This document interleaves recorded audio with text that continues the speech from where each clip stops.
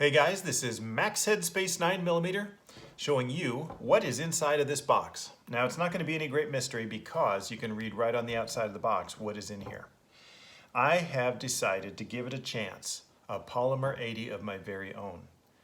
I've got a lot of questions and I'm going to share the whole journey that I went through getting to the point where I decided to go ahead and do this.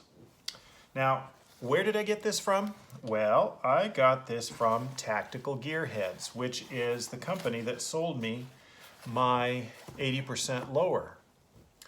Now, the banner company for Tactical Gearheads, or maybe Tactical Gearheads is the banner company for 80% lowers, which is the biggest website on the internet for this kind of thing, and bombards you with emails about specials and sales every single day. And I'll tell you, they have a very good web presence, and they've got a huge inventory of things, products and so forth that you can buy.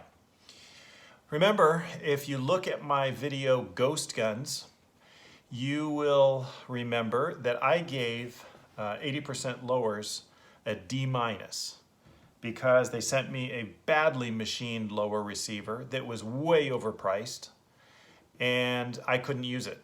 And they wouldn't believe me when I said it was unusable, but they did allow me to send it back and get another one. Well, the next one was barely better than the first. So I don't give 80% lowers a very good score on this either. And the reason already, they should have reboxed this. I mean, look at this. So this is sitting on my porch after I get home from work. I mean, if you're ever going to have a porch pirate steal something off your porch, something that says what it is inside is a bad idea. They should have reboxed this or put it in an envelope or something. But to have this sitting just like this out on my porch, it doesn't make any sense. You don't want to advertise something like this. I just bought a ghost gun and it's sitting on my porch in a cardboard box. That's just dumb. So I don't know if anybody else would have done that. I don't think Brownells or any of the other companies would have done that. And I will tell you what, I bought it from them because I saw their advertisement and I was in the mood. I just went ahead and did it. And the dumb thing, I should have checked around for price because they were $20 to $40 more than all kinds of other places I found on the internet. So do not buy from 80% lowers. They are a ripoff. I will never do it again. 3 times I've been burned by them. But they just warehouse these things. They don't make them. So it's the same as I would have gotten from anywhere else. I just paid too much for it and could have gotten it stolen because of the fact that it was advertised and they didn't rebox it. Okay, so what I got was the PF940 SC, which is the equivalent of my Glock 26. Now, the Glock 26, if you actually go on my website, my channel, and you look at my videos, I have sung the praises of this gun over and over again. The Glock 26, in my opinion, is the world's best concealed carry pistol. And I have been carrying this for about 10 years now. And I have never found anything that's made me want to get rid of this in favor of something else. It's just a phenomenal gun. So it just made sense that I would want to get the Polymer80 version of that. See if maybe there's a way of improving on the platform while still, sticking with all of the good things that I love about the gun, which is the magazines and, the size and the capacity and all of that. There it is. I got the OD green. It comes in this really cool guide box, which basically gives you all your placement for drill holes and then gives you guides for filing off the tabs that are in the way of your rails. And it fits very snugly in there. This thing is not moving at all, so you get precision when you do those things and use this. But apparently you're not supposed to use these more than once because, the holes get kind of wallered out and then you begin to lose precision. All right, so how does this compare with my Glock 26? Well, there's a few things about this that I had to ask myself. First of all, why would somebody go to all the work of, 2-3 hours of drilling holes and filing this and this, that, and the other if they didn't have to? If you are a felon or you want to get a gun without any kind of background check, maybe you couldn't pass a background check. I could understand a person wanting something like this. But for a person like myself, who can pass a background check in my sleep, and has many times, why would a person want to do this? Well, there's a lot of people that do. Congress right now, I've been listening to the arguments in Congress about banning this. And that's part of what made me want to do it. Anything that Congress tells me is bad, I want. Just to send them a message, if nothing else. But the thing is, after years of this design, not changing very much. I mean, the Gen 5 is out there and looks very much like this, actually. I could see just getting one of those. Why would anybody do this? Well, I think there's some advantages when I look at this that makes me think maybe Polymer80 has a design that might actually be better than Glock. Here's some of the things that they did to change this, to hopefully get it to be a little better than Glock.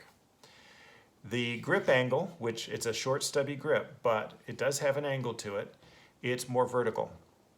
It's more like a 1911. And if you notice, at least that's what they tell me. That's what everybody says. If you'll notice, it's absolutely true, actually. When I hold one on top of the other, you're not going to be able to see this very well, but if I am very careful in lining these up, I can see that the front of the bottom of this grip is further forward by about an 1/8 of an inch than the Glock. And the back of the grip is a good, 3/8 of an inch forward. Of course, the 26 has this palm swell, which I actually kind of like. I'm one of those fortunate few that this does fit my hand quite nicely, and I don't mind curling my pinky underneath the grip. But I also love my Springfield XDs. And one of the things I love about them is the grip angle. If I draw and point with my eyes closed, I intuitively line up those sights much, much better on the Springfield XD than I do on any of my Glocks. It is just a better grip angle, in my opinion. What else? Well, the grip texture is really phenomenal. I had a friend that got one of these, a Polymer80, and I was impressed with his. The texture is very grippy, almost like sandpaper, but not quite as sharp, not quite as aggravating. If you happen to carry this concealed against your skin, it's not going to tear you up. But when you grip this to shoot, it is actually very comfortable in the hand. I really like the beaver tail, which I think is a little bit more pronounced. It actually is about 3/16 of an inch longer beaver tail than the Glock 26. Now, here's something I noticed right away, and it has a rail. This gives you much more choice when it comes to lights and lasers and so forth than the Glock 26. Now, one thing I really like, I've changed my grip like a lot of people do. I used to shoot, like this.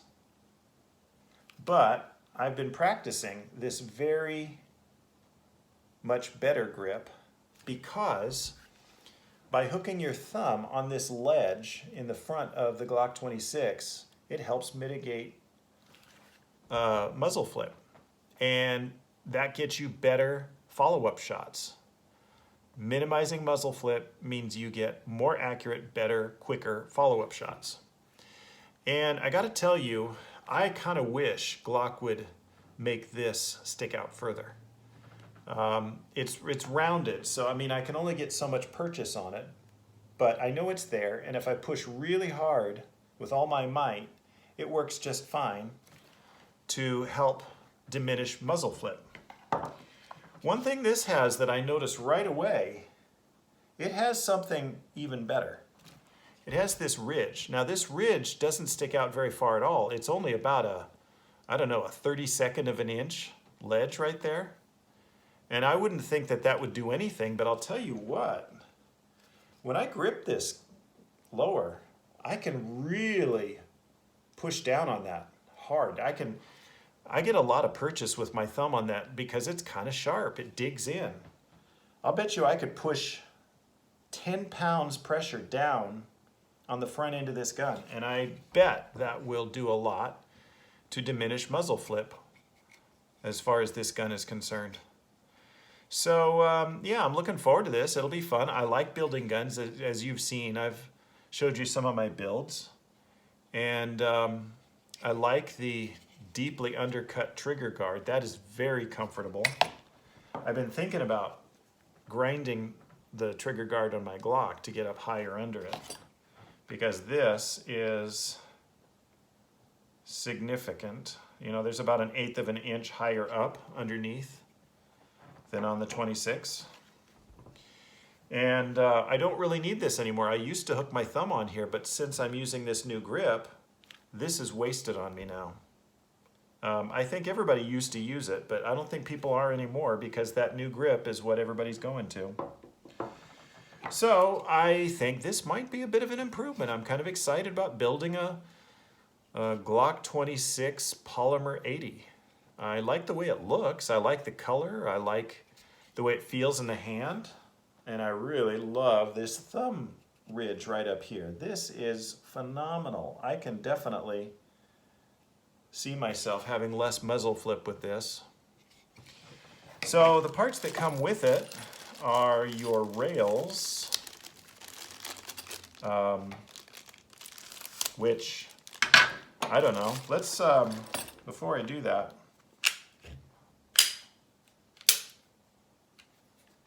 let me see if they compare to what is in the Glock. See what they look like. And there is a tiny little spring in here. I don't know what that's for. I should have been more careful. There's all kinds of things in here. Whoops. Yeah, be careful when you open this up. I don't know what that spring is for. That's weird. I didn't know that was going to be part of the package deal. But yeah, I know the pins are. The pins, here's your drill bits.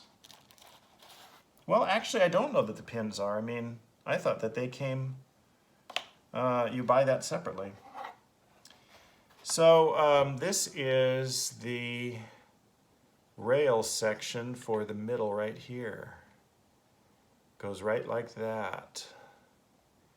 And so the rails in the Glock are cast into the plastic. That's these up here. And then this back here is what your spring rod hooks into that you, recoil against. This has it all as one piece. I can't help but think that's actually better. It just seems like this is a larger surface area and a little bit beefier. It's got angled cuts on it instead of these square cuts, which are really pretty sharp. So anytime you have a surface that you have metal on metal, the larger the surface area, generally the better it's going to be. So yeah, that looks good. And then in the back, we have these. Looks pretty much identical. Metal's thicker, definitely looks like it's a little bit thicker.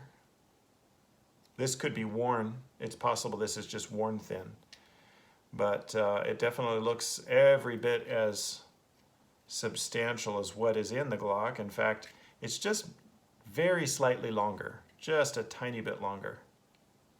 I'd throw my slide on here right now, except for the fact these tabs won't allow it to go on. I could probably put my magazine in here. That looks cool. That's a nice fit. I like that. course, it lines up with the little notch in the magazine. Yeah, for your release. So yeah, it's slightly loose, I guess. I don't know how loose it's supposed to be, but I can't really tell here because the magazine release is in here. I think that holds tension on it and keeps it from rattling around. Anyway, so I'm going to build this, and I'm going to build it my way, the way I want it, and I'm going to have fun with it. And I will show you if I actually think there's any good reason to do this. In my opinion, the only reason to do this at this point, because you can do this to your Glock if you want to. I suppose it's possible if you're really good with a grinder, you could even create this ledge right out of this. You can't put a rail on here, though there are lights and lasers that mount to the front of your trigger guard. I don't like those. I actually tried those once, and the problem is they wrap around, and when you go to put your finger in the trigger, they are definitely noticeable and in the way. Your trigger guard becomes much smaller up here, and you got to bend your finger outward to get in there quicker. It's not easy to do. I thought it was rather awkward, so I didn't opt for that. So I definitely like this. I like the fact that you can just use the buttons on your light or laser where they should be, right there where it's comfortable, or with your support hand. And I think this looks really promising. Tiny little things that may add up to big things. That's the reason why you might want to do this. Or that you just happen to like projects, and that's it. So I will share my thoughts with you when I build this, and we'll have fun. We'll have fun together. If you've ever wanted to do this, why, here's your chance to do this through me vicariously and experience whether or not this is actually an improvement over the Glock 26. So for now, thank you for watching. This is Max Headspace 9mm. Have a good one.